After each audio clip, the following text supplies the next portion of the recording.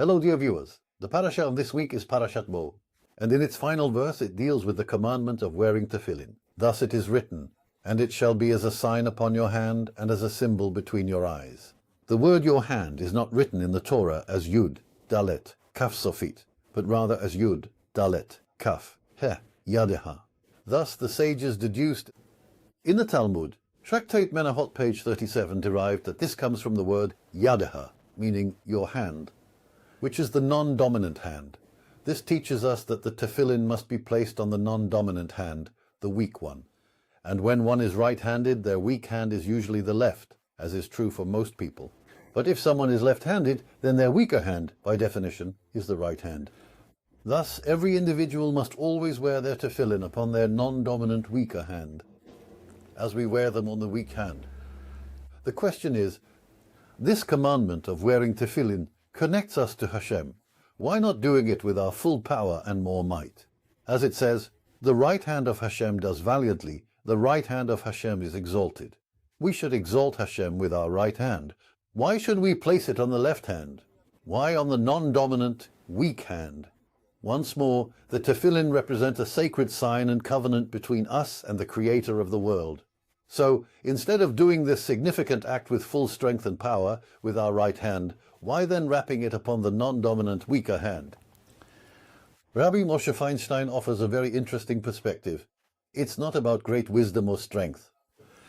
Rather, when life is going smoothly, you may have a good livelihood, a loving wife, joy from your children, excellent health, and everything is going well for you, then you easily believe in Hashem, thinking to yourself, this is all natural and good. When everything goes well, I can feel Hashem's presence.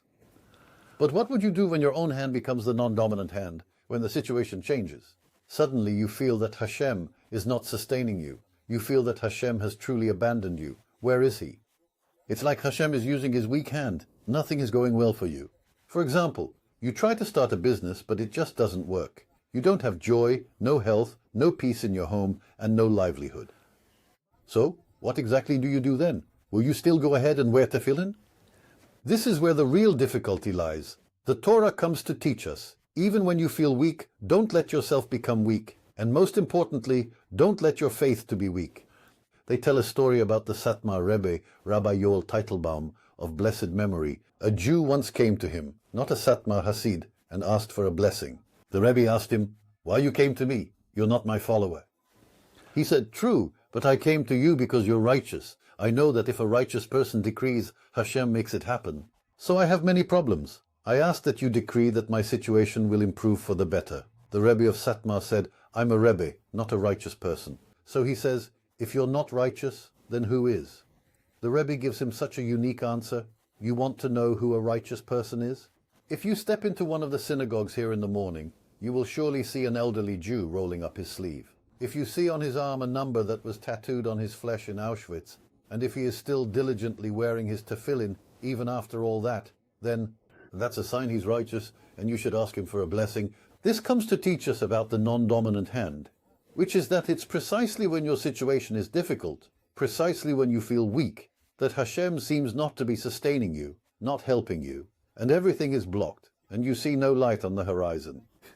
That's when you should wear your tefillin. That's when you should show your faith to Hashem. Let me tell you a story about the power of tefillin. There is a seller of religious articles in Tel Aviv, and an elderly man came to him with a bag of tefillin and said, "Listen, this bag belonged to my grandfather who was a rabbi before the Holocaust, and I am interested in selling them."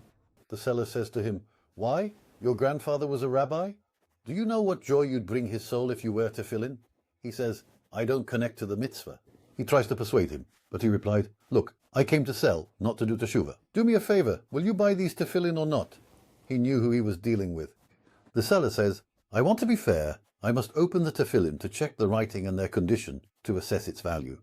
Anyway, it's old. It's from before the Holocaust." He says to him, "Please." He opens the tefillin, examines the writing of the tefillin and observes, "What magnificent tefillin, how beautiful they are. How could they have been preserved so perfectly? Listen, they are very expensive." And as he says these words to him, a woman suddenly enters the shop. A woman whose appearance suggests she doesn't keep Torah and mitzvot, and she asks if she can buy a pair of tefillin for her son. "How old is your son?" the shop owner asks her. And she says, 19. He didn't get tefillin for his bar mitzvah, the woman replies. We did his tefillin ceremony, but it was a very symbolic bar mitzvah, and we didn't purchase tefillin for him. So why does he want to wear tefillin now? She says, interested to know more. Let me tell you. My son is currently serving in Gaza, and in his unit there are a few religious guys, and one of them was very close to my son. He asked him, maybe you should wear tefillin. So he told him, listen, I have never put on tefillin before. He tells him, there's a first time for everything. Try it. You know what? For you, I'll put on tefillin. He did, and felt good about it. And on that day, there was an ambush by several terrorists in Gaza. Their unit needed to advance, and he moved forward right along with them. That same young man who had put tefillin that morning, his military gear that he was wearing got caught in a barbed wire fence. He tried to get free, but the barbed wire just wrapped around him even tighter, and he simply couldn't get loose. He was stuck. In the meantime, his fellow soldiers advanced, and the terrorists' ambush grew fiercer, unleashing a barrage of fire upon them. Some were killed, others were wounded, yet he didn't have a single scratch.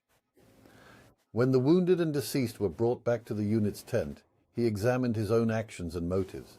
What happened is that I got tangled up in that barbed wire and came out without a scratch. And then he remembered, that was the morning I wrapped the tefillin on my arm. Maybe because of that Hashem wrapped that wire around my body and saved me from being killed. A true miracle. So I must wear tefillin.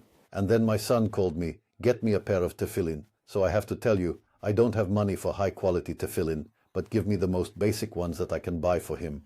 This older man, who intended to sell his tefillin, listened to this woman's story, and it truly touched his heart. So he tells the seller, you know what? I'm changing my mind. Give me the tefillin. I want to put them on. If it saves soldiers, I also want to be saved from all trouble and distress. And so these tefillin remained in the home of the elderly man, who until that moment had felt quite disconnected from Judaism and having faith in Hashem. Such is the power of tefillin. Even when you are in a state of having a non-dominant hand and your situation seems difficult, wear your tefillin and it will be good for you. Shabbat Shalom.